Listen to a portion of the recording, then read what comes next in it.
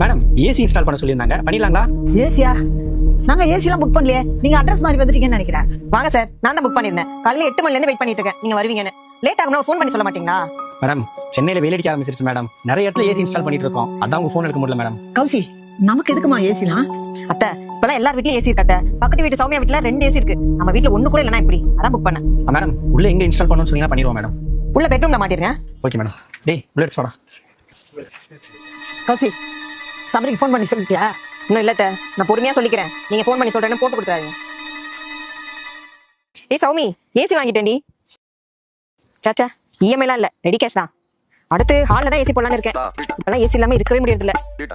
இது smart Asia, ஆட்டோமேட்டிக்கா on off ஆகுமா. மாமியார் ரூம்க்கா, அங்கெல்லாம் போட்டா அது குளூர்லயே செத்துருண்டி. சரி சரி, நாளைக்கு ஷாப்பிங் போலாம். நீ டைம் மட்டும் பாத்துட்டு சொல்லு. ம் சரிடி. கௌசி, என்னது இது? ஏங்க, கீழே ரூம்ல ஏசி பாத்தீங்களா? கூலிங் செம்மையா இருக்குல்ல. அப்புறம் இனிமே அதிகமா வெயில் அடிச்சுச்சுன்னா நீங்க எக்ஸ்ட்ரா ஃபேன்லாம் வச்சு தூங்க வேணாம், நம்ம ஏசிலேயே தூங்கலாம். உனக்கு முதல்ல அந்த ஏசி வாங்குறதுக்கு எங்க இருந்து காசு வந்துச்சு? அதான் ஹாஸ்பிட்டல் எமர்ஜென்சிக்குன்னு ஒரு 50,000 அக்கௌண்ட்ல போட்டு வச்சிருந்தீங்களே, அதுல தான் வாங்கினேன். சரி, இப்போ எனக்கு ஆக்சிடென்ட் ஆயிடுச்சுன்னு வச்சுக்கோங்க, என்ன பண்ணுவ? ஏங்க இப்பெல்லாம் பேசுறீங்க? இப்போ எனக்கு ஆக்சிடென்ட் ஆயிடுச்சு, டாக்டர் ஒரு 50,000 வேணும்னு சொல்றாரு. அப்ப என்ன பண்ணுவ? எங்க போய் ரெடி பண்ணுவ? அப்படி ஆச்சுன்னா என் ஃப்ரெண்ட்ஸ் கிட்ட கேட்பேன். ஓ, ஃப்ரெண்ட்ஸ் கிட்ட. சரி, உன் ஃப்ரெண்டுக்கு ஃபோன் பண்ணி கேள்வி பார்ப்போம். என்னங்க, என் ஃப்ரெண்ட் சௌமி காசு தருவாளா மாட்டாலாம் செக் பண்றீங்களா? என் ஃப்ரெண்ட் எனக்கு என்ன வேணா தருவா. இப்போ உன் ஃப்ரெண்டுக்கு ஃபோன் பண்ணி என் புருஷனுக்கு ஆக்சிடென்ட் ஆயிடுச்சு, ஒரு 50,000 இருந்தா அவனை காப்பாற்ற முடியும் அவள்கிட்ட கேளு. அழுதுகிட்டே பேசு, அப்பதான் நம்புவாங்க. ஸ்பீக்கர்ல போடு. ஹலோ சௌமி, சபரிக்கு ஆக்சிடென்ட் ஆச்சுடி. என்னடி சொல்ற? ஆமாண்டி, ஹாஸ்பிட்டல் அட்மிட் பண்ணிருக்கேன். 50,000 காசு வேணும்டி. என்கிட்ட இப்போ அவ்வளோ காசு இல்லையேடி. 2 நாள் முன்னாடி தான் என் ஹஸ்பண்ட் என்கிட்ட இருந்து எல்லாத்தையும் வாங்கிட்டாரு. என்கிட்ட இருந்தா நான் கண்டிப்பா கொடுத்துருப்பேன். என்ன பண்றதுன்னு தெரியலையே. சௌமி, என் ஃப்ரெண்டுன்னு எனக்கு நீ மட்டும் தாண்டி இருக்க. 50,000 காசு இல்லைனா சபரியை காப்பாற்ற முடியாதுன்னு டாக்டர் சொல்லிட்டாங்கடி.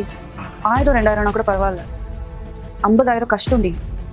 எனக்கு உன் கஷ்டம் நல்லாவே புரியுது. நீ வேற எங்கேயாவது ட்ரை பண்ணி பாரு. பாத்தியா, நீங்க அர்ஜென்ட்டுக்கு ஹெல்ப் பண்றவங்க ரொம்ப கம்மி. நீ எமர்ஜென்சி சொல்லி கூட உன் ஃப்ரெண்டால உனக்கு ஹெல்ப் பண்ண முடியும். ஏன், அவகிட்ட காசு இல்லாம கூட இருந்துக்கலாம். ஆனா ஒரு விஷயம் புரிஞ்சுக்கோ, நீங்க அவங்களுக்கு அவங்க வேலையை பார்க்கறதுக்கு நேரம் கரெக்டா இருக்கு. இல்ல மத்தவங்க வந்து ஹெல்ப் பண்ண மாட்டாங்க, புரியுதா? அந்த 50,000 எமர்ஜென்சி ஃபண்டா போட்டு வச்சது நாளைக்கு உனக்கோ எனக்கோ, ஏன் அம்மாவுக்கோ ஏதாச்சும் ஆயிடுச்சுன்னா கூட பாத்துக்கிறதுக்காக தான். நீ என்னன்னா கொஞ்சம் கூட அதை பத்தி யோசிக்காம அந்த காசு எடுத்து ஏசி வாங்கி போட்டிருக்க. இப்ப நாளைக்கு நம்ம ஏதாச்சும் ஆயிடுச்சு வச்சுக்கோங்க, யார்கிட்ட போய் காசு கட்டி நிப்போம் சொல்லு? சாரிங்க, நாளைக்கு ஏசி ரிட்டர்ன் பண்ணிட்டு அந்த காசை எமர்ஜென்சி ஃபண்ட்ல போட்டுறேன். எமர்ஜென்சி ஃபண்டை என்ன கஷ்டம் வந்தாலும் எடுத்து யூஸ் பண்ணக்கூடாது, புரியுதா? அதை மெடிக்கல் எமர்ஜென்சிக்காக மட்டும் தான் யூஸ் பண்ணணும். எப்படி நம்ம லைஃப்ல சேவிங்ஸ் முக்கியமோ அதே மாதிரி தான் அந்த எமர்ஜென்சி ஃபண்டும். எல்லாருமே மெடிக்கல் செலவுக்காக கொஞ்சம் காசு சேர்த்து வைக்கணும், புரியுதா? புரியுதுங்க. இனிமேலாச்சும் இப்படி பண்ணாத.